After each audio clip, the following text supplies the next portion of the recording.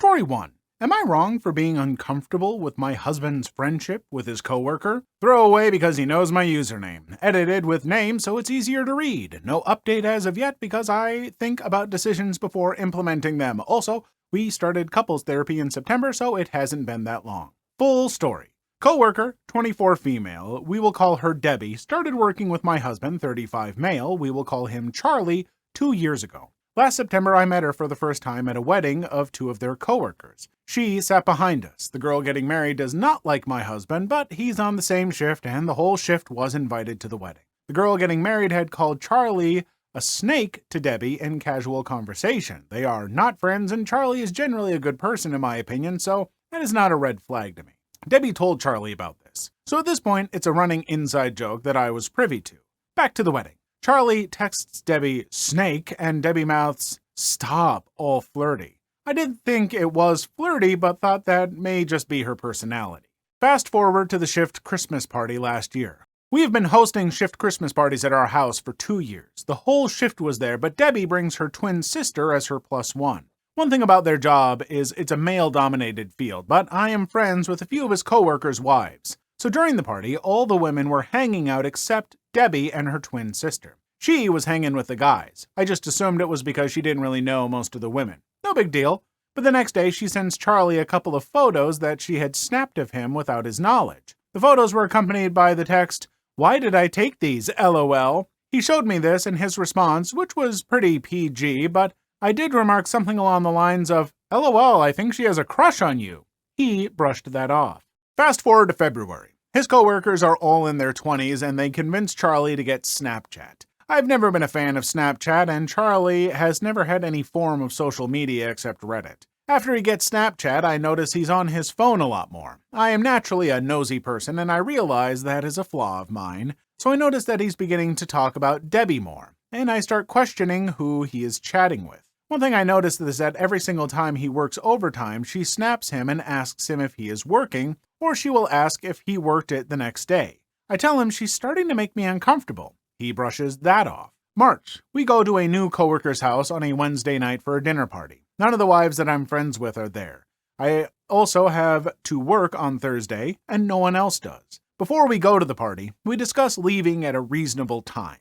At 9:45 p.m., I ask him what time we were leaving. He haws around, and I admittedly get frustrated and walk off. He gets mad and decides he is staying as late as he wants. I keep asking when we're leaving and remind him that I have to work. I spend the rest of the night crying on the couch in a stranger's house. 4 people come to check on me. Charlie and Debbie never do, and I can see them sitting beside each other outside.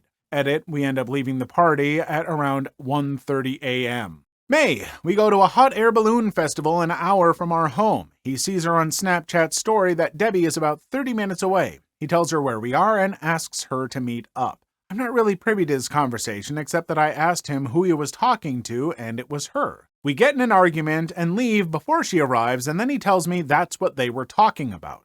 June, we go to London for vacation and are arriving back in the States on our anniversary.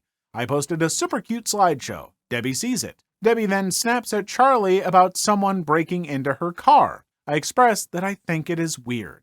August, Charlie says that he stopped talking to Debbie because it made me upset. He's been distancing from me for a few months though, so I still have a gut feeling that something isn't right. He got a new phone in July but saved his old phone. I let my intrusive thoughts win and I look at his old phone. Charlie and Debbie talked on the phone for 45 minutes while I was at work and they were both off work. I logged into Charlie's TikTok account. He sent her a video from Barstool Sports of a girl telling a guy, "I have a crush on you," and the guy reacting really well to it. 2 days before he sent that video, Debbie reposts one that says, "When you are trying to go to sleep but all you can think about wanting him in your bed." 2 days after he sent her the crush video, she reposts a video that says, "The most confusing place you can be is knowing you have a connection with someone, but you're not officially together, but you're more than friends." I confront him and tell him that this is an inappropriate relationship. After I confront him, she deletes her videos. He claims he didn't talk to her about it and still maintains that they stopped talking. Last week, I decided to check his Snapchat on his old phone because I'm still having a gut feeling. They have been #1 BFFs on Snapchat for at least 2 weeks. They talk every single day. She sends him a pic of herself in her pajamas. Now I'm in my PJs, LOL, while I'm looking. It wasn't risque, but I've never once sent any of my male friends a selfie of myself, much less in my pajamas. I tell him I'm not comfortable with their relationship and I would like him to stop being friends with her. Side note, we are in couples therapy as well. During a fight, he tells me that he likes having friends. I have no problem with any of his other friends. I asked him why he lied and said he stopped talking to her. He said because he knew I didn't like it. I feel like I can no longer trust him, and he basically told me that he would rather be friends with her than married to me. I've asked all my friends if I'm overreacting, and all of them have told me to leave him. We've been married for 13 years and together for a total of 15 years. So, am I overreacting? You might be underreacting. Oh boy. So I don't want to say for sure that there's something going on, but those little messages like the crush video and the whole oh, that feeling when you're more than friends with someone, but blah, blah, blah. No, clearly there is either something going on or they very much want there to be something going on. Now, even if I'm wrong about that, and I may be, maybe this is just unreliable narrator or something. Who knows? The fact that you have told him that you are uncomfortable with some of the stuff that they do together in their relationship, with their interactions, you've expressed hey, I'm not comfortable with this level of familiarity between you two, and he's just been brushing it off, is a pretty big red flag, and it's also just not a great thing. He should be able to have a conversation with you about that if he's really look, she's just like that, I promise nothing, she's like this with other people, and maybe he did say some of that, but still, it's just, none of this sounds right, and it absolutely sounds like something is very, very wrong, and I don't even necessarily want to know the update to this story because I feel like it's not going to be great. Story 2. I am just a caregiver in my marriage, and it's killing. I am Raj, 37 male, married to Kamal, 37 female, for 12 years now. Ours was a typical Indian arranged marriage. About 4 years into our marriage, we got pregnant and miscarried in the first trimester. After that, she went into a deep depression, which led to gastric problems, following which I came to know that she has multiple sclerosis, MS. She had her first attack 2 years before the marriage, and this was hidden from me and my family. At that point, I decided to stay on because I loved her. The next 4 years were hell, helping her to gain strength, helping her walk, teaching her to write again, teaching her to become self-sufficient, looking after her diet. Almost all of our weekends were spent either going to hospitals, it's either different neurologists, different gastroenterologists, or different psychiatrists, or different counselors for therapy, or different psychotherapists. So much to an extent that she started driving again, and even gained a promotion at work. On her insistence, we planned for a kid again in 2018, and finally went ahead and got pregnant via in vitro fertilization in December 2019. She again miscarried in February 2020. We decided to adopt and brought a kid home in June 2020. MS attacked her again sometime during this time, and she lost urine and bowel control and moved to diapers. While the baby has been growing up, my wife is back to the same self. COVID worsened her anxiety, and she developed OCD specifically towards hand washing. This year in March, we finally took a vacation, just the three of us. In the middle of the vacation, while we were at one of the sites, I was left with my wife on one arm. She was too fatigued and had a cramp in her back. My daughter was on my other arm, sleeping with our bags on my shoulders. I just broke down crying. We spent the rest of the vacation in the hotel. After we came back, I started evaluating my life. I don't know if I should have. I've spent most of my married life looking after her without so much as a thank you. I wanted to see what would happen if I stopped caring. I realized that for my wife, it's her well-being which is paramount. I could go days without talking to her and she wouldn't care. For her, it was her office, her medication, and her diet, followed by our daughter. I didn't even figure into the list of priorities for her. The only time she spoke to me was when she wanted something, either to order her meds or diapers. I have begun to feel lost in this marriage. I think I've fulfilled all duties of a husband in this marriage. I do almost all the household chores. I'm the primary caregiver for my child. I dress her, feed her, take her to play, read her stories till she sleeps. I am the one to get up when my daughter gets up at night. I've spoken to multiple family and friends over this, and almost all of them have told me that this is your life now, can't help it. It's killing me inside that my dreams and hopes are of no consequence. I can't do anything in life, and my life is stuck on hoping one day I'll be free. I have no clue what to do. P.S. My parents are against the idea of divorce because we've already taken away my daughter from her birth mother. We don't want to take away another mother from her,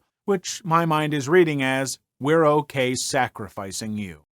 Story took kind of a sad twist there. I was kind of expecting this to just be like, I'm so sick of taking care of her, blah, blah, but it's the fact that it seems like she doesn't care for this person, and that sucks. Like, I mean, if you separate that from everything else, if you took away her condition and the child and all that, and you just had a marriage where there was one partner who seemed to be very invested and in love, and the other partner didn't seem to care for them at all, then I would say, yeah, get out of there. You deserve someone who will love you back. And I don't think that adding in those other things should necessarily change that. It complicates it. It makes it harder.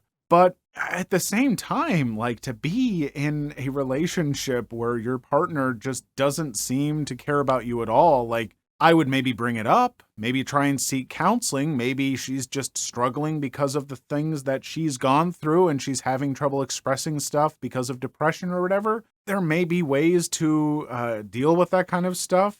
But if that doesn't help, just staying together for a kid and stuff, I've seen that. It doesn't go great for the kids just to stay together for them. Like, they can tell when stuff is wrong, and it has a negative effect on them too. So I hope things work out.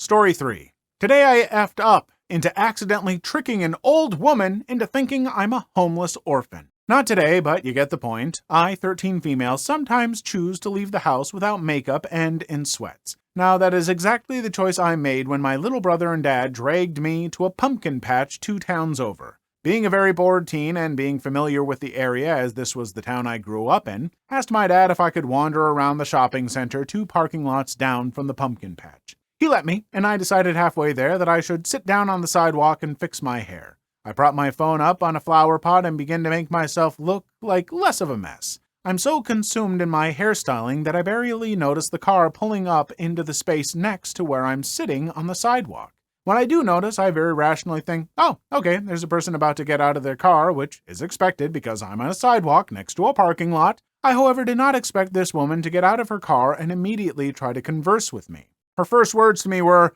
"Are you from around here?" Because I'm a very stupid idiot, I answer that honestly and say, "No, I'm from a few towns over." I feel like it should be known that I'm god-awful at talking to people, so this is quite awkward. She continues to ask questions along the lines of, "Where are your parents? Are you alone? Do you have a ride home?" etc. Alarm bells are going off in my mind, but for some reason that God only knows, I keep answering truthfully. Her last words to me are, "It's not safe around here," which is a complete lie. This is a relatively populated suburban shopping center. At this point, I'm done with my hair and stand up. I say some very awkward version of, "Okay, this was a nice chat, bye," and scurry off to cross the last parking lot. I'm halfway across the parking lot before I hear a very loud, "Hey!" being yelled at by someone, presumably me. I turn around and lo and behold, it's the same old woman again. She does that weird little come here motion with her finger, and because at this point I've decided to be the pinnacle of stupidity, I actually shuffled over to her. She asks again if I have a ride home. I do,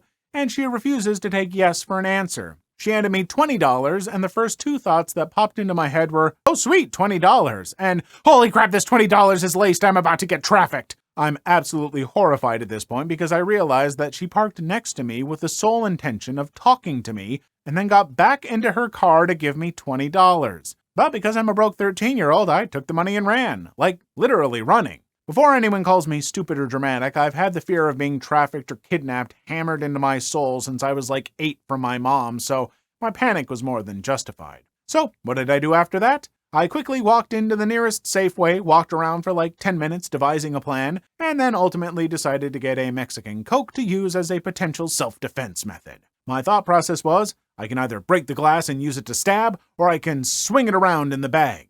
So I bought the Coke and briskly walked back to the pumpkin patch without incident where my dad was still waiting. I was near tears for some odd reason, and the entire car ride home I was contemplating until I realized, hey, you just went to a rich town and you looked like you had just rolled out of bed. She thought you were a homeless runaway. I mean, I don't think you're really effed up. You were truthful and honest with this lady. She gave you $20 because she thought you were homeless. You didn't realize that at the time. And she probably feels good about herself. She probably went to her friends and told them all about the young homeless lady that she helped get back home. And you got $20 and a tasty Mexican Coke. I mean, I don't know. What more do you want? You made an old lady feel good. $20?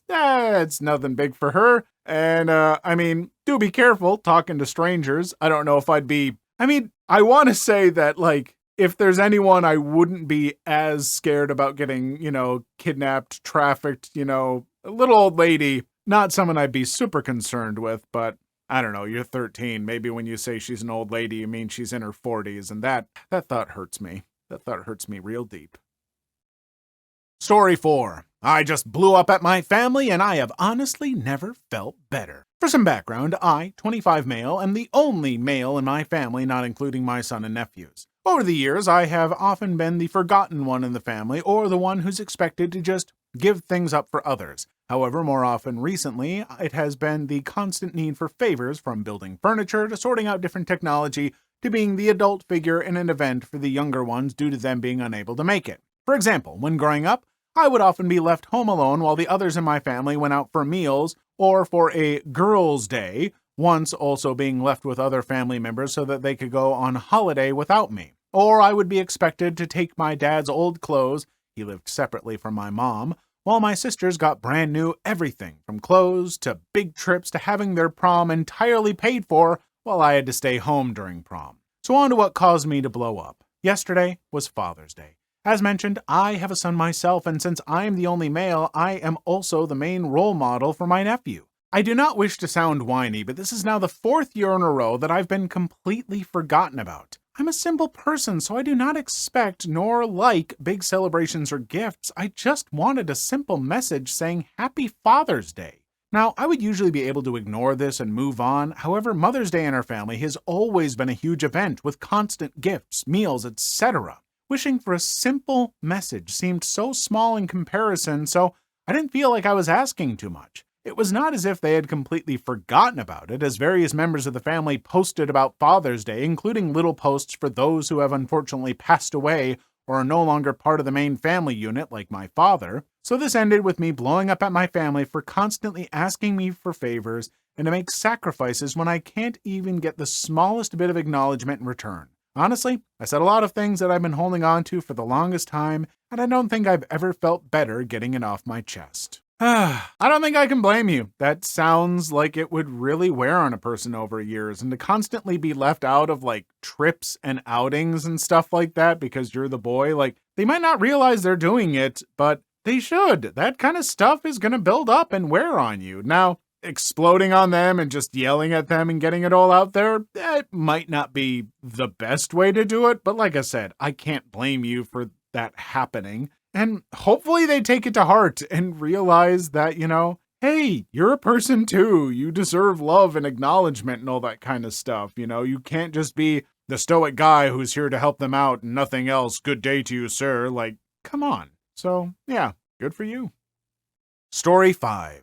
Revenge on my wife was sweet. So, quick backstory. My soon-to-be ex-wife was having an affair with a coworker. I found out right before COVID. We were quarantined together, so did some work to reconcile, and then things started going back to normal. We were on vacation in Hawaii, and I had to use her phone to add her vaccine passport to return. I saw she was still in contact with AP and texted him the entire trip. At this point, I knew I was done. However, instead of blowing up and confronting her, I figured I needed to gather info and move on. So, I deleted the text thread and blocked his number. The next 24 hours before we left were amazing. She clearly knew I'd removed his contact, but she couldn't confront me about it, just in case I didn't, and it'd expose her still sleeping and talking to him. To watch her melt down over the next day and being jittery and frantic still brings a tear to my eye. Nothing was said on the many hours flight home, and she was shaking. She knew something was coming.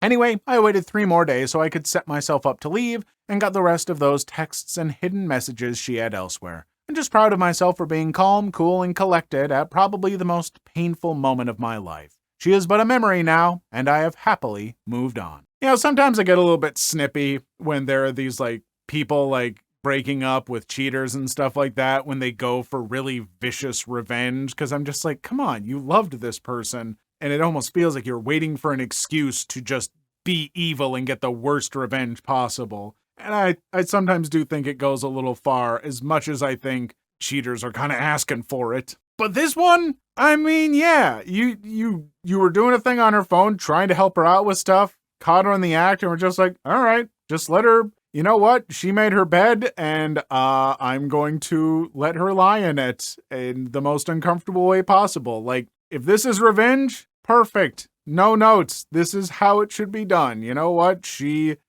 revenge was, hey, deal with the fact that you can know and suspect that you have effed up and it has been found out. And yeah, I think that's probably pretty well deserved. Please leave your story in the comments. I would love to make a video on them in the future. Also, don't forget to like and subscribe.